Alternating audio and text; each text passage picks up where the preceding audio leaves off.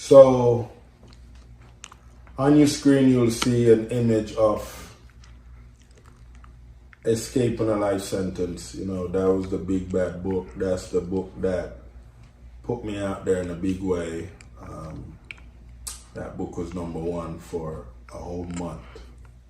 It was beautiful. I was excited, people.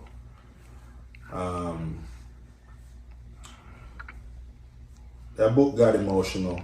You know, that book talked a little bit about what I was going through while, you know, I was in jail for 10 months. And then also what was unfolding when I died. You know, and I know you guys are watching this and you want to be like, okay, so tell us the story.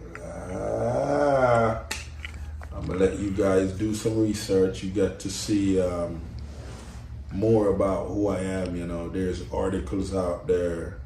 There's quite a bit out there that you guys can go and read about me. There's a Wikipedia page, Wikipedia, whatever. There's quite a bit of articles. You know, the Jamaica Observer did a piece on me that talk about the fly, when the fly happened. And that was the moment that I realized that I wasn't pursuing what the gift that I was given was. And the fly kind of put that into perspective for me. So when you get a chance, you know, you can punch in Cornell Bunting in your, you know, Jamaica Observer online, whatever, and you guys can read that story, you know, what unfolded there. So I'm leaving you with a little bit of mystery. So, you know, Escaping a Life Sentence came out, did beautiful. And at the time, I wanted to also put out a book that was action-packed, that really showed my creative side as the fiction writer, you know, not just a non-fiction adult book. You know, I wanted to drop a novel that people could be like, wow, this is deep right here. And so I came out with the book, The Bellman, a drug dealer assistant. Serious, people, serious. This book is about a bellman that just literally fell into working for 2 drug dealers that stayed at the resort that he worked at. And, you know, he came into some money, he came into some possessions of things, and, you know, a lot of stuff happened. People got killed. You know, that's another piece that you guys definitely gonna wanna go check out. And you'll see an image of that as well on the screen. It's an action-packed book, and look out because the movie is gonna be coming out as well. There's a script that's written for the movie. I'm just trying to wait for the right moment, the right people to get that done. So The Bellman came out and it didn't really go to #1. It made it to #3. And then I, you know, tried to do a little push, and when I thought I was gonna get to #1, then the audiobook was ready for Escaping a Life Sentence, and the audiobook put Escaping a Life Sentence back at #1. So it kind of, you know, crushed the dreams and aspirations of the Bellman, which, you know, I still love that story, you know, and I know that it will get to #1 one of these days. So that's another book that I encourage you guys to go get, man. Tell your friends, you know, help make it a #1. You know, then we move from there, and, you know, we had the momentum going for Escaping a Life Sentence, and I said, you know what, why not come out with a sequel? And I decided, you know what, I'm gonna come out with a sequel. And so that's when we did the big bad Escape in the Darkness, Using Adversity to Find Purpose. And that book right there, you know, kind of highlight my dark moments in jail. But then we want to make it interesting, and we just give you guys 10 chapters of in-depth darkness of Cornell Bunting, the man behind bars. And then we say, you know what, we want to go a part 2 of this book in the same book and give you guys some lessons. You know, we wanted to display lessons that you get from adversity.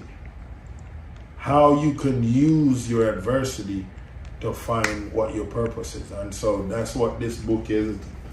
Big self-help book that's just amazing. And I got to say, big shout outs to O'Leary Publishing. You know, they came in and they said, hey, I think you should do it this way. Hey, I think you should do half of your face. And we did that, and hey, the book went to #1. So, you know, I have 3 #1 under my belt. I'm really excited about that, you know. And then, you know, I, of course, still want to big up and shout out all my other publishers, you know, Thomas Nelson and Vander Press, Lulu, Author House, Amazon, because, you know, a few of my books I put out with Amazon. Then I have a book that I put out with Ingram Spark. And then also Westbow Press. Westbow Press is the latest book that we dropped. Leslie Plover, people. This is one of the most adorable kids book that you can find out there right now. When I tell you this book is a story between this little young lady named Liliana and this plover bird named Leslie. And this is just an adorable story that just kind of touch on a relationship between a bird and a little girl. And just because the girl thought the bird was a type of bird, which the bird wasn't, which, you know, when you guys read the story, you guys will definitely understand the adorableness of this book and why it's going to be something that's going to be crazy for a lot of these kids to read and, you know, get into. And, you know, I got to tell you guys, you know, I wanted to do a book because most of my book is very diverse with the characters. This book, I wanted to make it straight black. This is just, every character in this book is black. You know, every now and then you want to mix it up a little bit, you know, put something out there that's what it is. And so, you know, just for let you guys know, man, all of what I've gone through, I've learned, it is very important that you guys identify what your purpose is. Walk in your purpose, because when you do that, you are helping who you're supposed to be helping in this world. We're all here to help someone. We're all here to add value to society. We're all here to bring something into existence that without us, it won't come into existence. You know, I want you guys to know that one of the things that I wrote in Escaping the Darkness was a story about this guy that was a farmer that, you know, he listened to a lot of people and he kept hearing, you know, diamond is the thing, you know, like, you know, you need to sell your land, sell all that you got and go find diamonds and get rich from diamonds. And so he listened to that noise. And he had a huge land, you know, this dude even had a stream, like a river in his yard. Like, people would be like, yo, this was dope. So anyways, he sold his land. He figured he had made enough money where he could go search to find diamonds. And he searched, he spent a lot of his money, didn't find no diamonds. He got discouraged, he killed himself. And the person that he sold the land to, one day, you know, just strolling around the land, you know, and noticed something strange in the stream, you know, just running down the stream, and it was just sitting there like a rock. It was a weird looking rock. And he picked it up and he brought it home and he put it on his mantle and he just left it there. Well, his friend came to the house, saw this rock on the mantle, and he said, bro, does you know what you have here? He's like, no. Like, listen, man, this is the largest diamond that anyone will ever find. Come to find out, you know, when he asked his friend, hey, where did you even find this? You know, he said, oh, it's a ton of them down at the stream. You know, just sitting there. And they went down and it was diamonds. There was all these diamonds there. And you hearing that story and you're like, whoa, so what happened? Why did that guy sell his land? Well, he didn't take the time to understand what a diamond is, what a diamond in the rough look like. And because he don't know, the very thing that he went searching for and didn't find and ended up killing himself, he had it there all along. That story is really just telling you most of the time what you're looking for, what you're searching for in life is already with you. It's already with you. All you got to do is tap in.